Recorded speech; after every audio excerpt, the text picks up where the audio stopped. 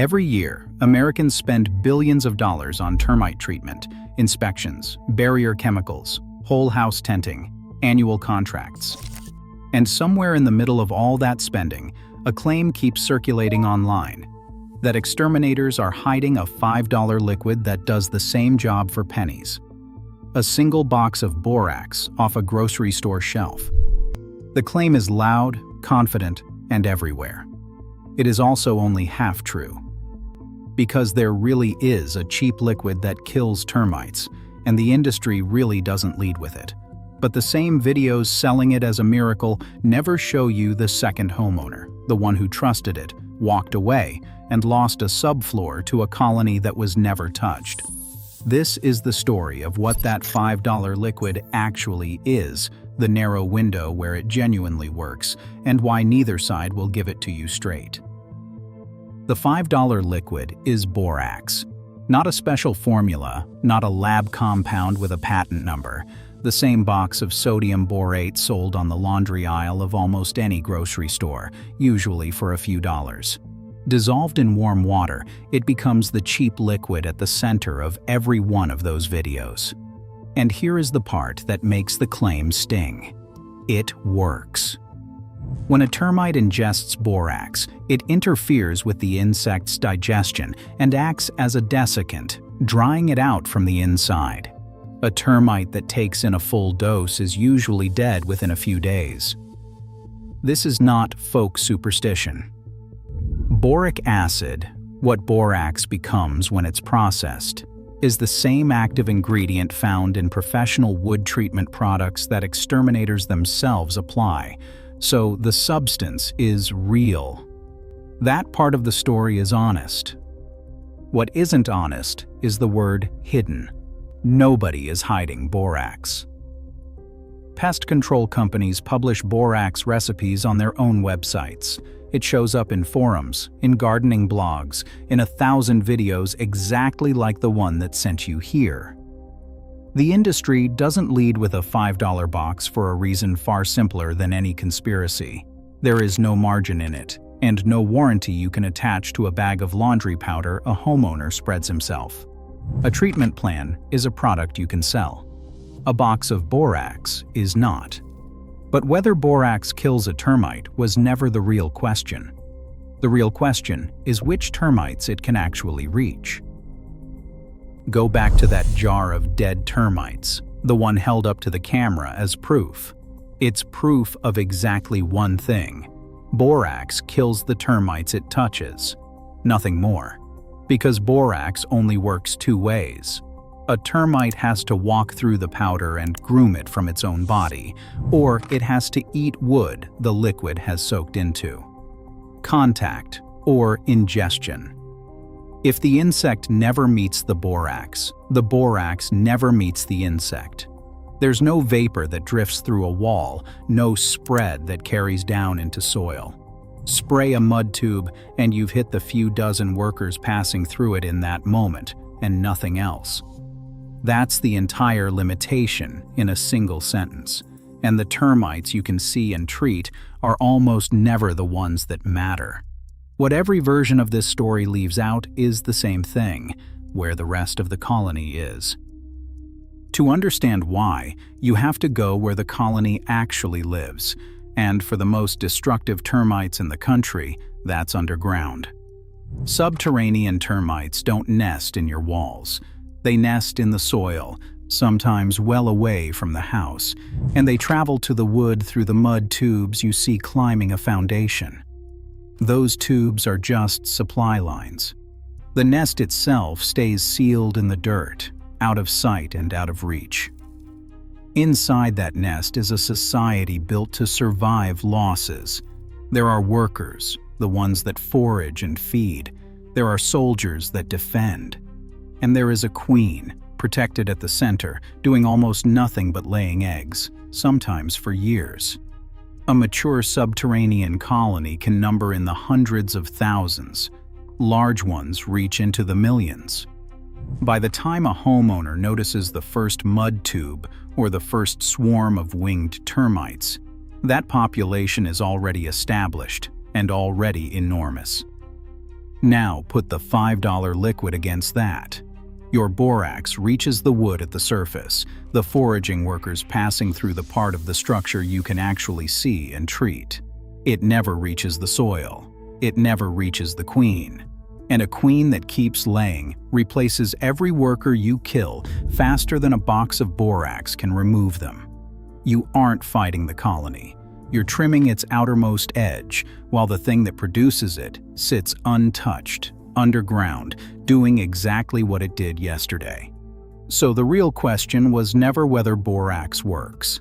It's which of two situations you're standing in, because there's a single distinction that decides whether the $5 liquid is a smart move or a costly mistake. On one side is the narrow window, where do-it-yourself genuinely has a place, bare wood you can reach and treat directly, and small, localized early activity you have caught before it spread. On the other side is the fail zone, an active subterranean colony feeding through your structure, or damage already spreading through hidden galleries inside the walls. Borax belongs in the first situation. In the second, it does nothing but buy the colony time. Telling them apart takes less than a minute, and it comes down to reading 3 signs. Mud tubes climbing your foundation or crawl space piers mean subterranean termites with a nest in the soil. That is a professional job, not a borax job. Winged termites swarming indoors, or a scatter of discarded wings on a windowsill, mean an established, mature colony. Call now. And small piles of gritty pellets beneath a single accessible beam point to drywood termites in a spot you might actually be able to treat. When the signs are mixed, or you cannot tell, that is not the moment to spray blind. A professional inspection confirms the species and the true extent before you spend a cent, and a false sense of control is the most expensive mistake on this entire list. If you've read the signs and you're genuinely in that window, bare wood or small, reachable early activity, here is how the $5 liquid is actually used and where it earns its reputation. Start with the mix. Borax dissolves in warm water, not cold. Stir it until the powder disappears completely. For treating wood, a working solution is roughly a teaspoon of borax to 8 ounces of water, enough to carry into the grain without leaving a crust on the surface. If you're making bait rather than treating wood, keep it deliberately weak, under about 2%. That sounds backward, but it's the whole trick. A dose too strong kills a forager on the spot before it can carry anything back to the nest. A weak dose lets the insect return to the others first and pass the borax along.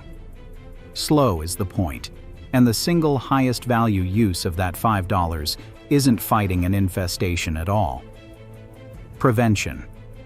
Anytime bare framing is exposed, a renovation, a repair, a new subfloor, a section of crawl space you can reach, brushing or spraying borate solution onto that bare wood turns it into something termites won't feed on. Done before the walls close up, $5 of borax genuinely protects wood that would otherwise cost thousands to replace. This is the case the videos are quietly right about. For active but reachable spots, the approach is direct. Saturate the mud tubes and the entry points you can physically get to. Drill and inject the solution into a drywood-infested beam where the galleries run behind the surface. And for slow attrition, make a simple bait. Roll up corrugated cardboard, soak it in the weak solution, and set it where you've seen activity. Termites feed on the cellulose and carry the dose inward. Then comes the part no miracle video mentions: patience and repetition. Borax works slowly. Meaningful results take somewhere between 10 and 21 days, and a single application is almost never enough. You retreat and keep monitoring as you go. And it has one hard enemy: moisture. Borax breaks down when it's soaked, which is why it fails outdoors in the rain and why it's useless as a soil barrier. Keep it dry, retreat after any rain reaches it, and never mistake a one-time spray for a finished job. Used this way, in the situation it fits, the $5 liquid is real, and it works. The problem is that most people don't use it this way at all. The people who swear borax did nothing for them almost always made one of 5 mistakes. None of them are hard to fix once you can name them. The first is the one that costs houses. It's using borax on an active subterranean infestation and believing the job is done. Someone sees mud tubes, sprays everyone he can find, watches the workers in them die, and calls it handled. But the nest is in the soil, the queen is still laying, and the colony simply builds a fresh tube a few feet over and keeps feeding on the wood behind the walls. Nothing on the surface tells him it's still happening. Months later, the damage is worse, and now it's structural, the kind of repair that runs into 5 figures. The spray didn't fail because borax is fake. It failed because it was aimed at the wrong situation entirely. The fix is everything we've already covered. Read the signs first, and if it's subterranean, treat it as a professional job, not a $5 one. The second is mixing the solution too strong. It feels logical, more borax, more killing power. But at high concentration, the foragers die the instant they touch it, right there at the bait or the tube, before they ever carry a dose back inside. You kill a handful and warn the rest. Keep it weak, under about 2%, so it travels.